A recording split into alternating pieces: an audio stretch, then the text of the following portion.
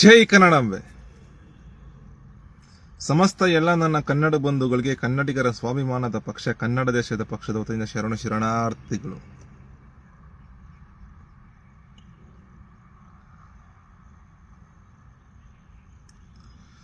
ಇತ್ತೀಚೆಗೆ ವಿಶ್ವವಿಖ್ಯಾತ ಜಗತ್ಪ್ರಸಿದ್ಧ ಚಾಮರಾಜನಗರ ಜಿಲ್ಲೆ ಮಹದೇಶ್ವರ ಬೆಟ್ಟ, ಮಾದಪ್ಪನ ಬೆಟ್ಟ ಇರುವಂತಹ ಜಾಗದಲ್ಲಿ ಹನೂರು ತಾಲೂಕಿನ ಸಂರಕ್ಷಿತ ಅರಣ್ಯ ವಲಯದಲ್ಲಿ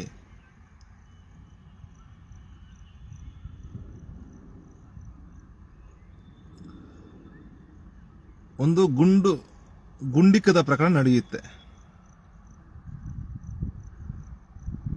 ಅಂದ್ರೆ ನಮ್ಮ ಅರಣ್ಯ ಅಧಿಕಾರಿಗಳು, ಅರಣ್ಯ ರಕ್ಷಕರು ಅರಣ್ಯ ರಕ್ಷಣೆ ಮಾಡೋ ಸಲುವಾಗಿ ಅವರು ಪ್ರಾಣದ ಹಂಗು, ಜೀವದ ಹಂಗು,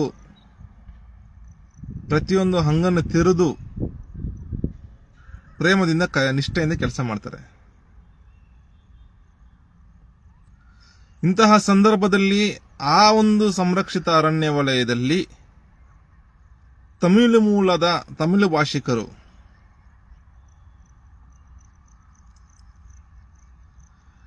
ಆ ಒಂದು ಸಂರಕ್ಷಿತ ಅರಣ್ಯ ವಲಯದಲ್ಲಿ ಪ್ರಾಣಿಗಳಿಗೆ, ವನ್ಯಜೀವಿಗಳಿಗೆ ಸಂರಕ್ಷಿತ ಅರಣ್ಯ ವಲಯದಲ್ಲಿ ನಾವು ನಮ್ಮ ಸಮಾಜದಲ್ಲಿ ನಮಗೆ ಎಷ್ಟು ಬದುಕೋದಕ್ಕೆ, ಜೀವನ ಮಾಡೋಕ್ಕೆ, ಉಸಿರಾಡೋಕ್ಕೆ ಪ್ರತಿಯೊಂದಕ್ಕೂ ನಮಗೆ ಎಷ್ಟು ಹಕ್ಕಿದೆಯೋ ಅದೇ ರೀತಿ ಈ ಕಾಡಿನಲ್ಲಿ ಈ ಪ್ರಾಣಿಗಳು ಕೂಡ ಅಷ್ಟೇ ಹಕ್ಕಿದೆ, ಅಷ್ಟೇ ಸಂರಕ್ಷಿತ ಅರಣ್ಯ ವಲಯದಲ್ಲಿ, ಸಂರಕ್ಷಿತ ಅರಣ್ಯಗಳಲ್ಲಿ ಅದಕ್ಕೆ ಆದ ಹಕ್ಕು ಅದಕ್ಕೂ ಇದೆ. ಅದಕ್ಕೂ ಜೀವನ ಮಾಡೋಕ್ಕೂ ನಮ್ಮ ತರ ಜೀವನ ಅದಕ್ಕೂ ಇದೆ. ಆ ಪ್ರಾಣಿಗಳು ಕೂಡ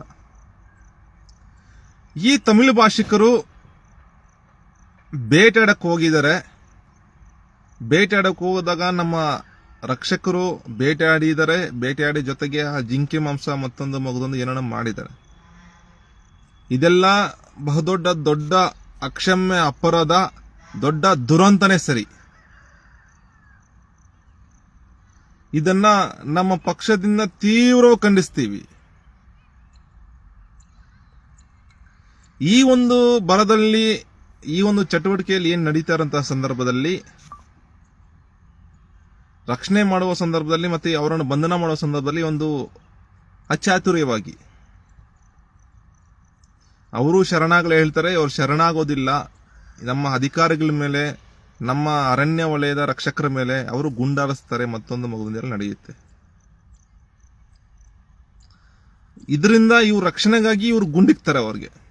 ಆದ್ರೆ 3 ಜನ ಹೋಗ್ಬಿಡ್ತಾರೆ, ಇನ್ನೊಬ್ರು ಉಳ್ಕೊಂತಾರೆ. ಇಲ್ಲಿ ಪ್ರಶ್ನೆ ಏನಪ್ಪ ಬರುತ್ತಂದ್ರೆ,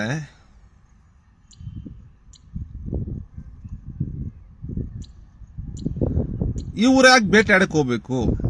ಸಂರಕ್ಷಿತ ಅರಣ್ಯ ವಲಯದ ಕಾಡಿನಲ್ಲಿ ಇವ್ರಿಗೇನು ಕೆಲಸ? ತಮಿಳು ಭಾಷಿಕರಿಗೆ ಯಾಕೆ ಹೋಗ್ಬೇಕಾಗಿತ್ತು? ಇವ್ರ ಪಳಗೆ ಇವ್ರು ಸುಮ್ಮನೆ ಇರ್ಬೇಕಾಗಿತ್ತು. ಎಲ್ಲಿದ್ರು ಆ ಮನೆಯಲ್ಲಿ ಸುಮ್ಮನೆ ಇರ್ಬೇಕಾಗಿತ್ತು. ಇವ್ರು ಬೇಟೆಯಾಡೋದಂತೆ ಇನ್ನೊಂದಂತೆ ಏನೋ ಯಾಕೆ ಬೇಕಾಗಿತ್ತು ಇವ್ರಿಗೆಲ್ಲ? ಜೊತೆಗೆ ಅದೇ ಇದಕ್ಕೆ ಬೆಂಕಿ ಹಚ್ಚಿದ್ದಾರೆ. ಈಗ ಈ ಬೆಂಕಿ ಹಚ್ಚರಿಂದ ಎಲ್ಲ ಕಾಡಿಗಿಚ್ಚಾಗಿದೆ. ನೋಡಿ, ಇದನ್ನೆಲ್ಲ ನೋಡ್ತಿದ್ರೆ ಮತ್ತೊಬ್ಬ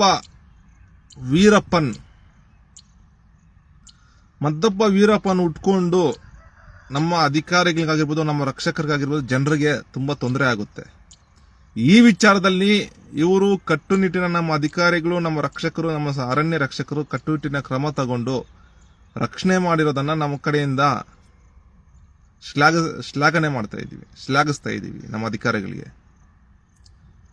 ನಾವು ಈ ವಿಚಾರದಲ್ಲಿ ನಮ್ಮ ಪಕ್ಷದಿಂದ, ನಮ್ಮ ಕನ್ನಡ ದೇಶದ ಪಕ್ಷದಿಂದ ಸಂಪೂರ್ಣ ನಮ್ಮ ಕನ್ನಡ ಬಂಧುಗಳ ಪರವಾಗಿ ಇರ್ತೀವಿ. ನಮ್ಮ ಅರಣ್ಯ ವಲಯ ಅರಣ್ಯ ರಕ್ಷಕರು ಮತ್ತು ಅವರ ಸಿಬ್ಬಂದಿಗಳ ಪರವಾಗಿ ನಮ್ಮ ಪಕ್ಷ ಸಂಪೂರ್ಣ ಬೆಂಬಲ ಕೊಡ್ತೀವಿ ಅವರಿಗೆ. ಈ ವಿಚಾರಕ್ಕೆ ಸಂಬಂಧಪಟ್ಟಂತೆ ನಾವು ಸರ್ಕಾರಕ್ಕೆ ಆಗ್ರಹ ಮಾಡ್ತಾ ಇದ್ದೀವಿ. ಮತ್ತೊಬ್ಬ ವೀರಪ್ಪನ ಉಟ್ಕೊಳ್ಳೋದು ಮತ್ತೊಂದು ಆಗೋದಕ್ಕಿಂತ ಮುಂಚೆ ಇಂತಹ ಇನ್ನಷ್ಟು ಕಠಿಣ ಕಾನೂನು ಕ್ರಮಗಳನ್ನು ತಗೊಂಡು ಕಠಿಣ ಕಾಯ್ದೆಗಳು ತನ್ನಿ. ಕಾಯ್ದೆ ತಂದು ನಮ್ಮ ಕನ್ನಡ ದೇಶದ ಭೂಮಿ ಒಂದು ಅಡಿನೂ ಭೂಮಿನ ತುಂಬಾ ಸಂರಕ್ಷಿತ ಅರಣ್ಯ ವಲಯ ಆಗಿರಬಹುದು, ಅರಣ್ಯ ಕಾಡುಗಳಾಗಿರ್ಬೋದು, ಯಾವುದೇ ಆಗಿದ್ರು ಕಟ್ಟುನಿಟ್ಟಿನ ಕ್ರಮ ತಗೊಂಡು ನಮ್ಮನ್ನ ರಕ್ಷಣೆ ಮಾಡಬೇಕು. ಸಮಸ್ತ ಕನ್ನಡ ಬಂಧುಗಳ ರಕ್ಷಣೆ ಸರ್ಕಾರದ ಹೊಣೆ ಆಗಿರುತ್ತೆ. ಮತ್ತೆ ಎರಡನೇ ವೀರಪ್ಪನ್ ಉಟ್ಕೊಳ್ಳೋ ರೀತಿ ಅವಕಾಶ ಕೊಡಬಾರ್ದು. ಕೊಡದೆ ಇಡೀ ಸಮಾಜ ರಕ್ಷಣೆ ಮಾಡುವಂತಹ ಹೊಣೆಗಾರಿಕೆ ಸರ್ಕಾರದಿರುತ್ತೆ. ಈ ಕೂಡಲೇ ಎಚ್ಚೆತ್ತುಕೊಂಡು ಇನ್ನೆಷ್ಟು ಕಠಿಣ ಕಾನೂನು ಕ್ರಮ ತೆಗೆದುಕೊಳ್ಬೇಕಂತ ಹೇಳ್ಬಿಟ್ಟು ಸಮಸ್ತ ಕನ್ನಡ ಬಂಧುಗಳನ್ನ ಸಮಸ್ತ ಕನ್ನಡ ಬಂಧುಗಳು ಹಾಗೂ ಸಂರಕ್ಷಿತ ಅರಣ್ಯ ವಲಯಗಳು ಮತ್ತು ಅರಣ್ಯದಲ್ಲಿರುವಂತಹ ಪ್ರಾಣಿ ಸಂಕುಲಗಳನ್ನು ಒಂದು ಪ್ರಾಣಿಗೂ ಏನು ತೊಂದರೆ ಆಗೋದಂತೆ ರಕ್ಷಣೆ ಮಾಡ್ಬೇಕಂತ ಹೇಳ್ಬಿಟ್ಟು ನಮ್ಮ ಪಕ್ಷದಿಂದ ಆಗ್ರಹ ಮಾಡ್ತಾ ಇದ್ದೀವಿ. ಜೈ ಕನ್ನಡಾಂಬೆ, ಜೈ ಕನ್ನಡ ಧರ್ಮ, ಜೈ ಕನ್ನಡ ದೇಶ. ಶರಣಾರ್ಥಿಗಳು.